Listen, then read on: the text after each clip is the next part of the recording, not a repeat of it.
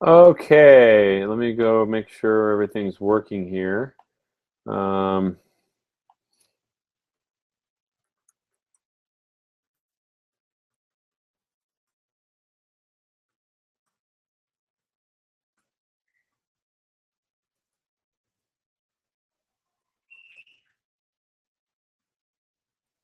okay, so I'm just waiting for some signs of life.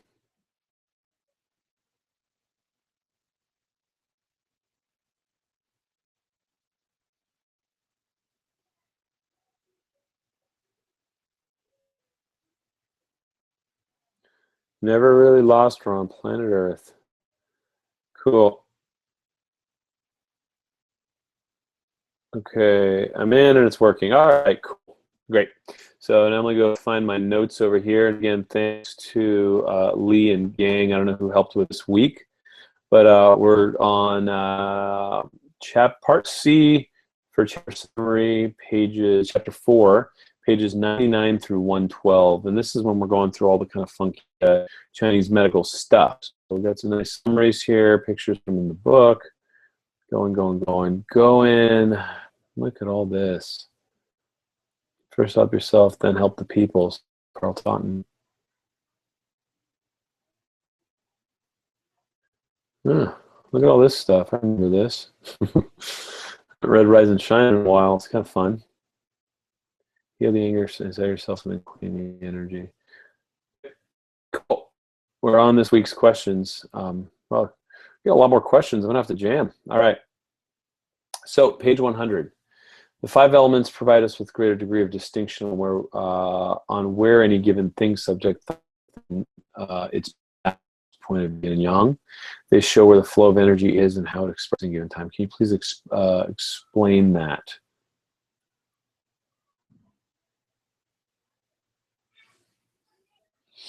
So the flow of yin and yang through nature will express in either in the kind of the Taoist system of five elements, is the earth sits in the middle, will express in either a rising or a falling. In each of those positions is attributed to one of the elements. So if it's rising, it's spring. If it's full expression, it's summer.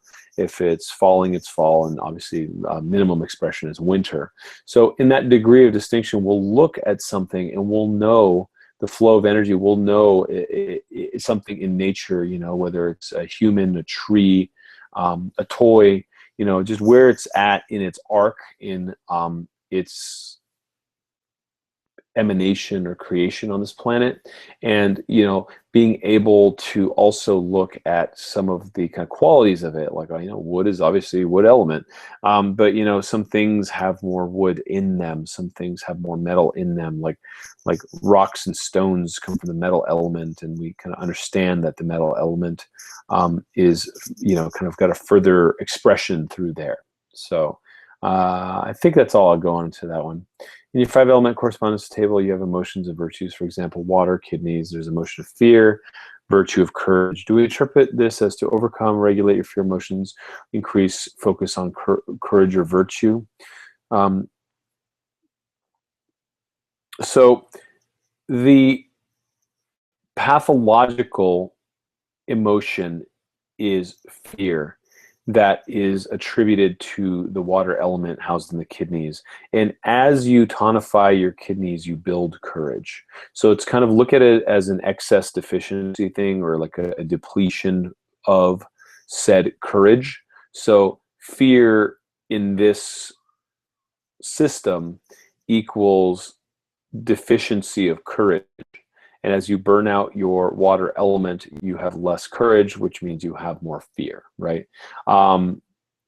Joy and righteousness versus mania. So these are, if you are manic, you're overjoyed in a lot of ways, right?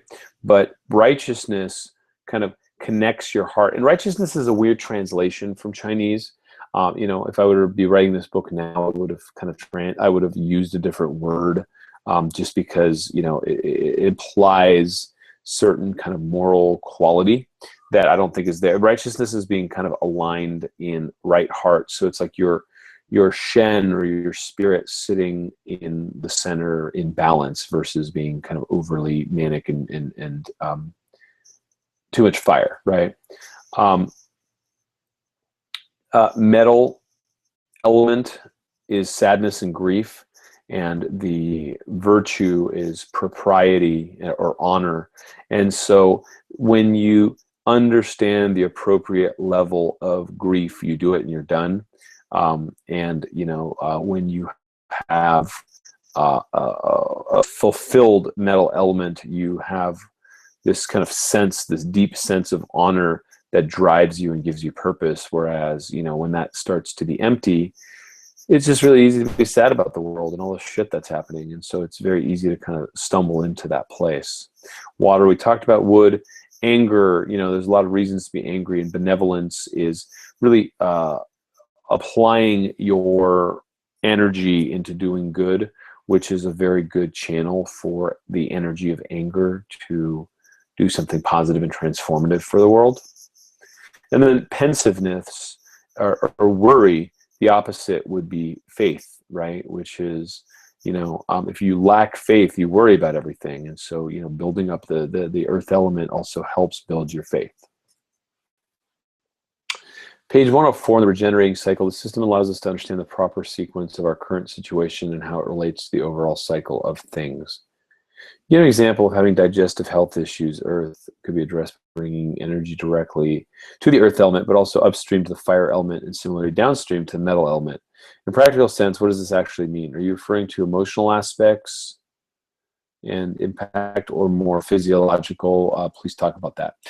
Yeah, so as an acupuncturist, I would actually move energy into one of those elemental channels. So if I wanted to boost, say, the metal element, I would need points that are metal points. But as a practitioner of Qigong, what I would do is say, okay, I need to boost my earth element and also kind of bring down my, say, fire element.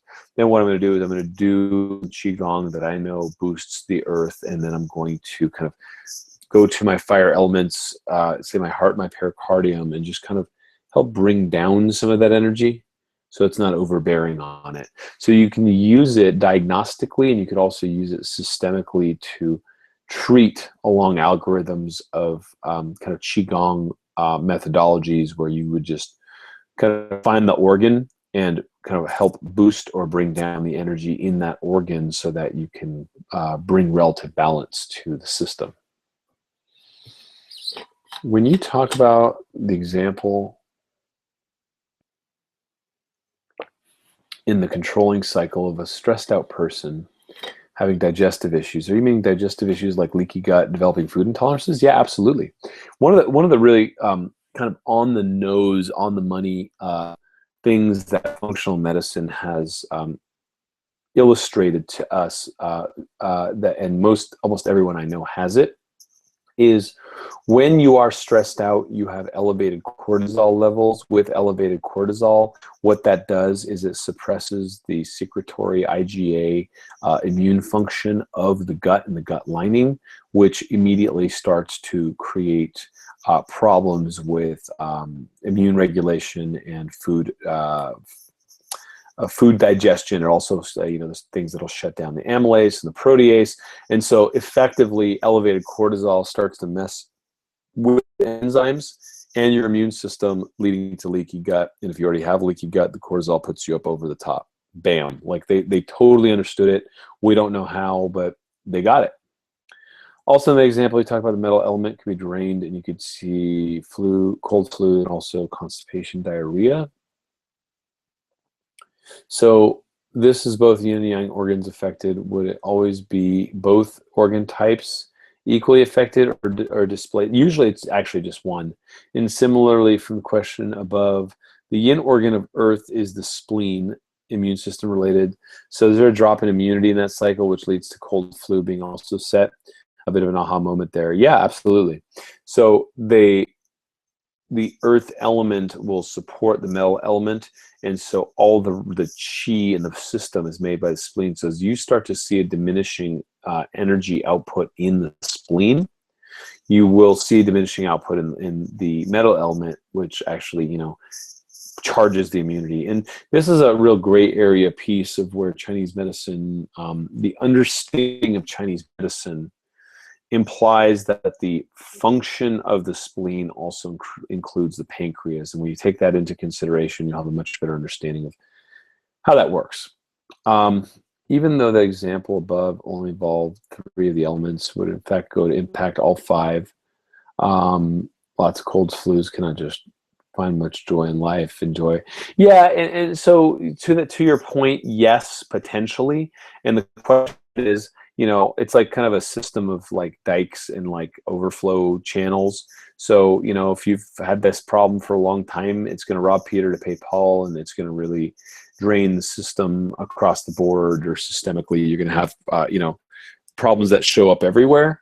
However, you know, usually you can get away with just single or dual channel involvement if you get rid of it fast enough. So for SIBO, small intestine bacterial overgrowth fitness scenario for digestive problems discussed on page 105.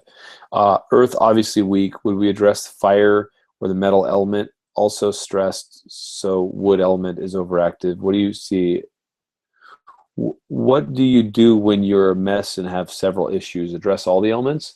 You always start with the causative factor. You always start with the element that is the low-hanging fruit.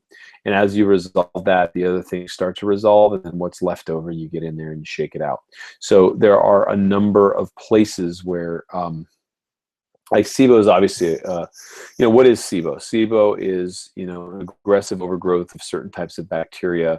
But oftentimes, you know, the problem with SIBO is that the digestive capacity is diminished because our stomach acids and our digestion should be killing those populations. And, you know, fermented foods, which have lactic acid, are designed to kill some of those populations and help support it. But, you know, we're looking at a lack of digestive fire, and leading to, you know, a lack of small intestine fire, which is the good bacteria, if you will.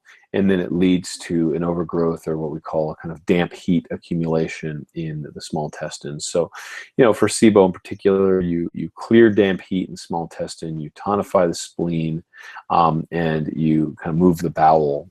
And from there, you know, then, you know, in terms of Western function,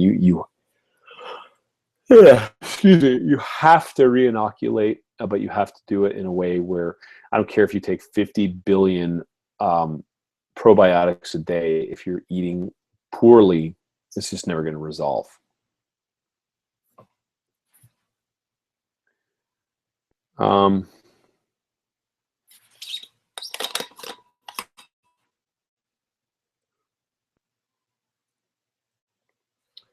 The emotional example you give, overcoming fear using earth energy to control the fear, breathing techniques. Are you talking about diaphragmatic breathing, organs of earth being clean? Yeah, but also just kind of boosting the earth energy. So, you know, if you have enough chi in the earth element, it will spill over into the water element and help kind of control that fear, because it helps, you know, it's the co-cycle, right? So it's the checking cycle. So what you do is kind of build up your faith in your earth element, and that will also emotionally kind of take care of the fear in the water element. So the emotional qualities cross over and kind of cross-pollinate. But yeah, I mean, I would do, I'm going to teach you guys the basic 8, like that. Master Hong Lu has this basic 8 exercises, and, you know, there's kind of specific ones for specific organ systems. If you guys are interested, let me know, and I'll figure out a way to teach it to you. With this image above, we see the yin organs on the inside cut, the elements and the yang on the outside. Can you briefly discuss the yin and yang organs of elements and how that relates? Lungs, colon, is that because they are both soft tissue exchange type organs? Sorry, because they are both soft tissue exchange type organs.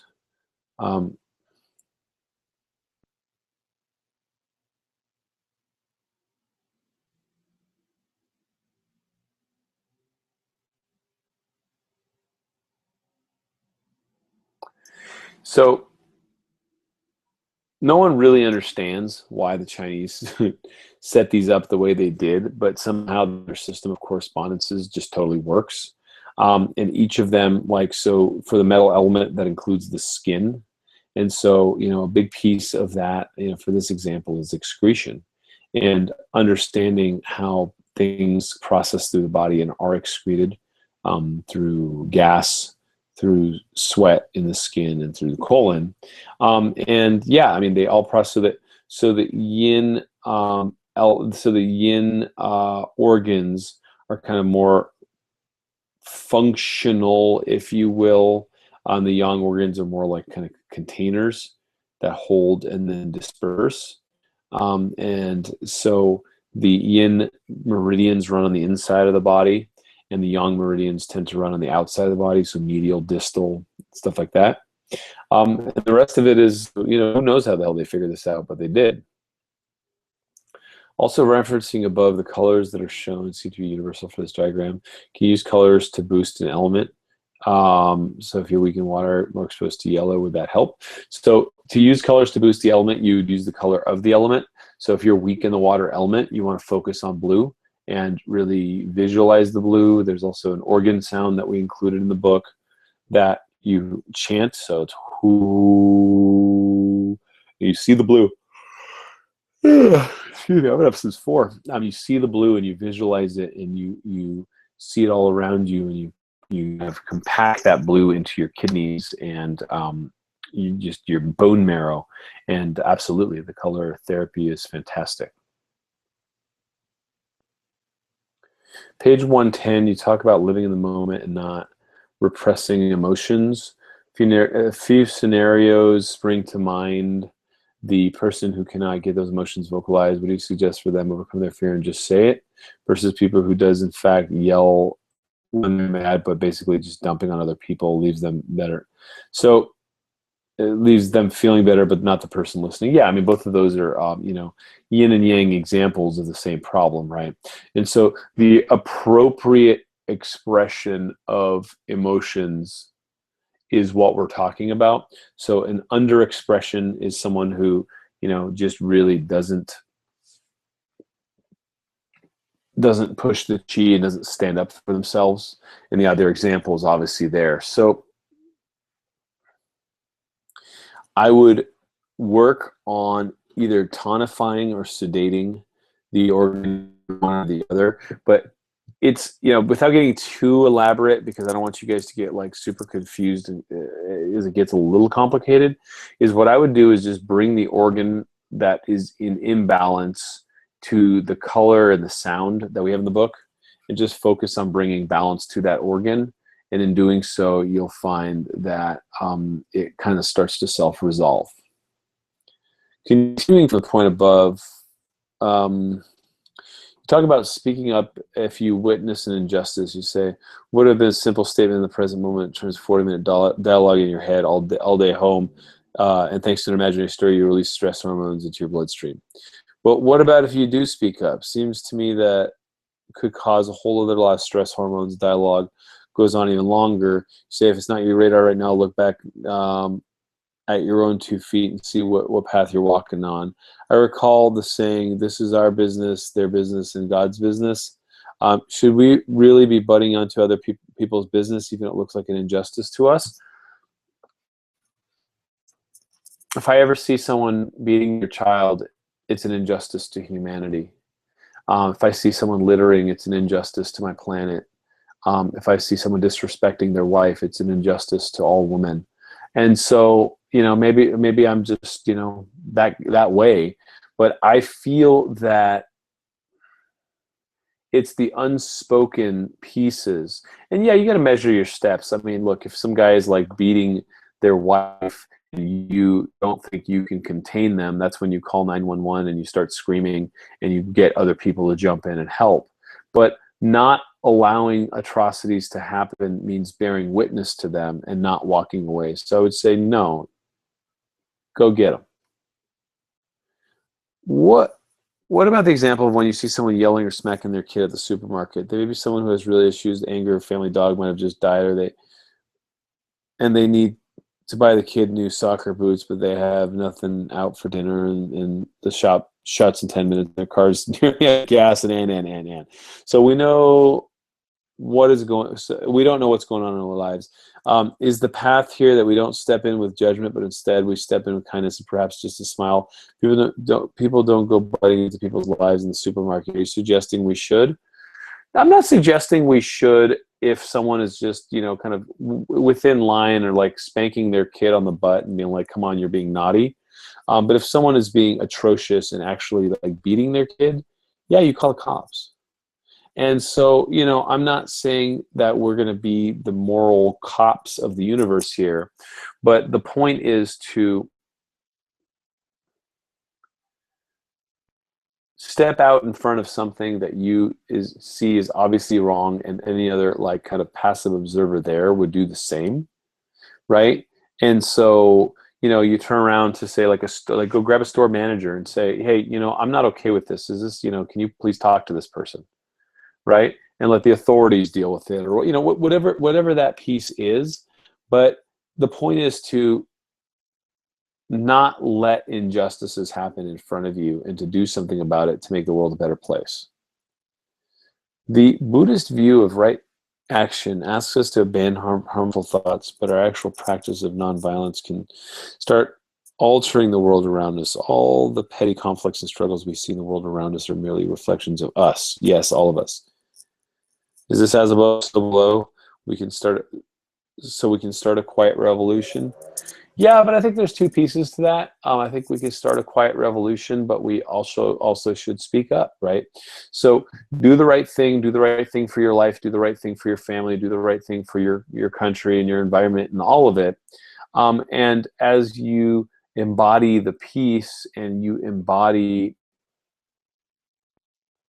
the actual practice of being that person, it'll rub off and reflect on others as well. So I would say yes to both. And yes, it is as above, so below. Oh, I'm done. Sorry, I thought I was jamming because I thought this other page had more. Cool. So I will come over to the chat thread, and I got 5 minutes, and let me see if I got any questions here.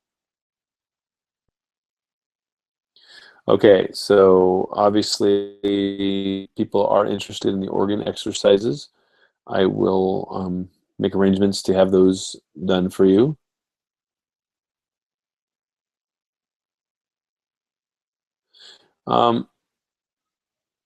Yep. I don't know if I'm braver than most people, Lee. I just hate myself when I walk away and not say what I knew I needed to say. And it haunts me. And so I've learned to be in the moment and learn that, you know what, no one's going to kill you over it. And no one's going to attack you over it. And, you just use your judgment. But, and again, I'm not advocating going out there and just being a loudmouth jerk and like calling people out for no reason. But I do feel like one should specifically be a part of the solution and not the problem in one's given community. And in doing so, I think that there's kind of concentric rings of goodness that come from it.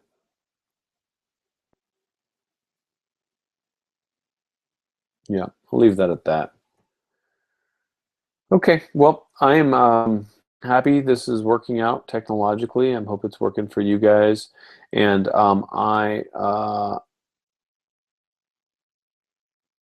yeah, and Carlene's with me on that. Yeah, and I agree. Don't mess with the animals, the kids. It's like the helpless ones we have to stand up for. And that's just, it's what a just and verdant society does. And so we need to do it. And Sandra needed to hear this tonight. Awesome. Thank you all. I'm going to go get the family over. I'm going to go spend some time with my my nephews who I haven't seen in a while. And I'll see you. Oh, next week is a little weird. I'll talk to Wendy. I got to see. I'm on the road at meetings in LA. So I have to find a place where I can do this. A time, place where I can do this. If not, we'll look at shifting to a different night. But I'll talk to Wendy about it, and we'll get that out soon so that we don't leave you guys hanging. So I'm in town, but just in LA and on the road a little bit. So I'll see you next week. Thank you for today.